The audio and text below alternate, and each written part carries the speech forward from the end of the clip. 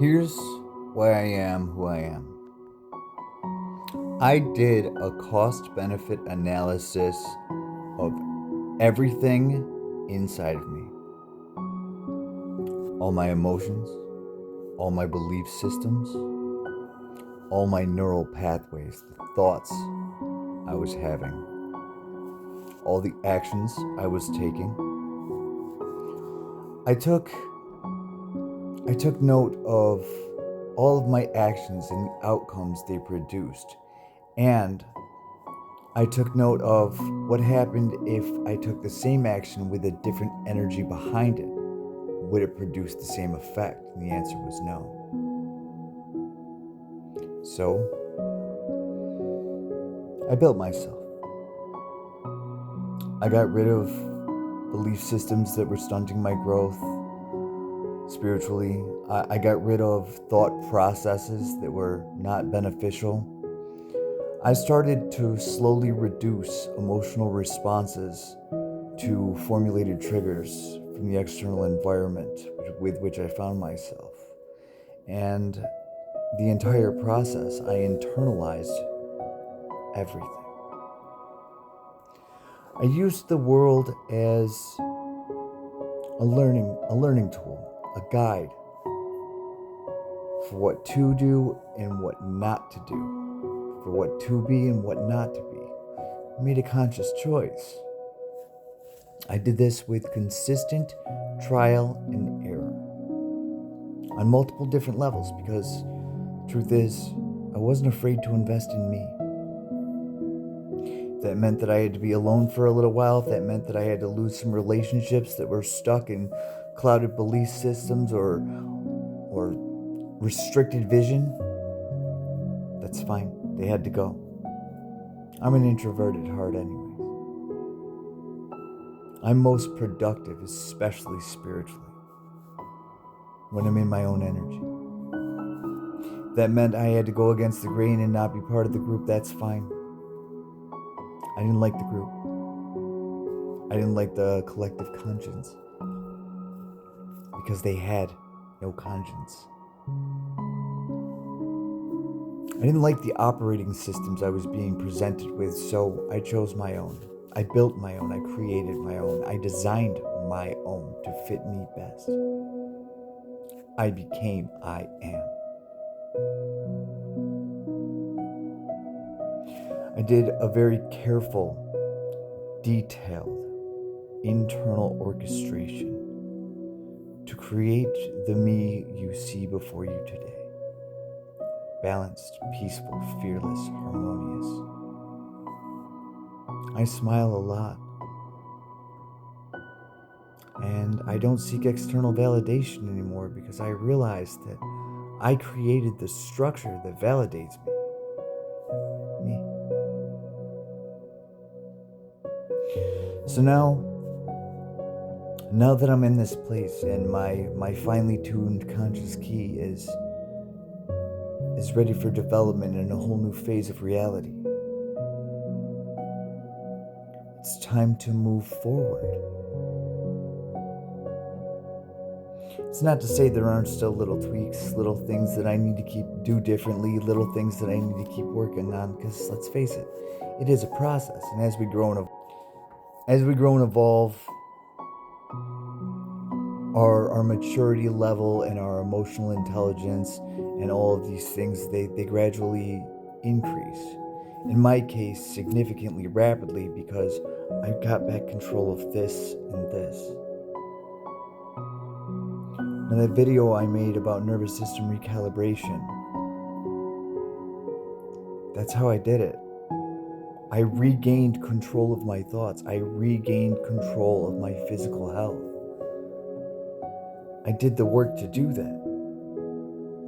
Now the effects are basically permanent as long as I continue on maintenance, and any temporary instability is minor.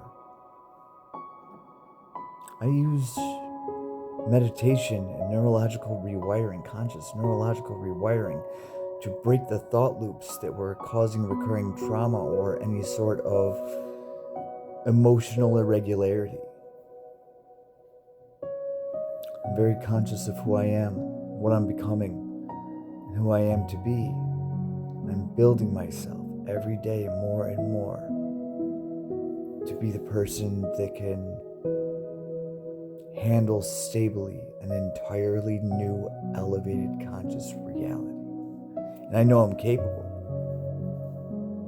In just a few months, I overcame decades of hardship. I can even smile about some of it now.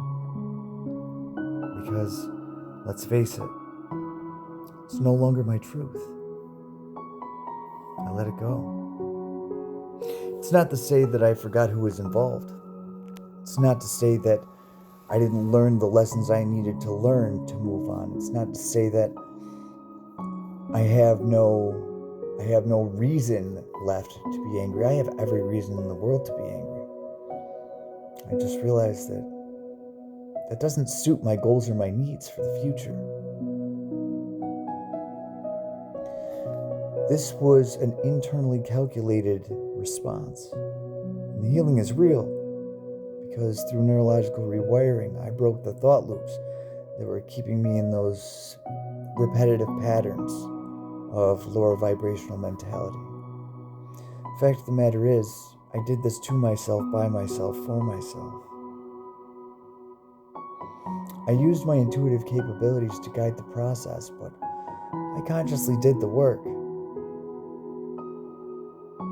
If we know anything about the spirit realm now, we know that the divine works through us. We are the keys. It takes our action, or in certain cases, inaction, to move us forward or keep us stuck. And we now know for absolute fact, closed mouths don't get fed. I'm not afraid to tell the world who I am, what I'm doing, what I've built, and who I've become. I earned that respect. It took a lot of work for me to get here, and I did it in a short time because I was dedicated.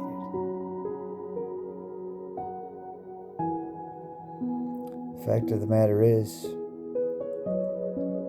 as far as I'm concerned, my past is a distant memory. I'm already existing light years ahead.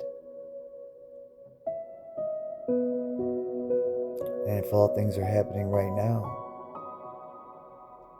then I guess I'm already in the future.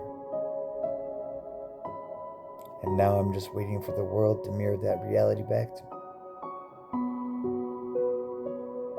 Things they don't tell you about having high IQ and being a seer is that you can break down and analyze spiritual practices, and you can have a grasp on infinity. It seems unprocessable, but it's really not when you surrender to it and just choose to exist within it. It's a different mindset, a different construct of reality, a true one, instead of a false reality or painted picture. I live with the divine truth of knowing that reality is infinite and source is omnipresent. I also realize that in that knowing, gaining access to myself, the inner reaches of my own consciousness, and a fully awakened DNA, I have the ability to be consciously limitless. Welcome to 5D reality. Welcome to the updated collective consciousness.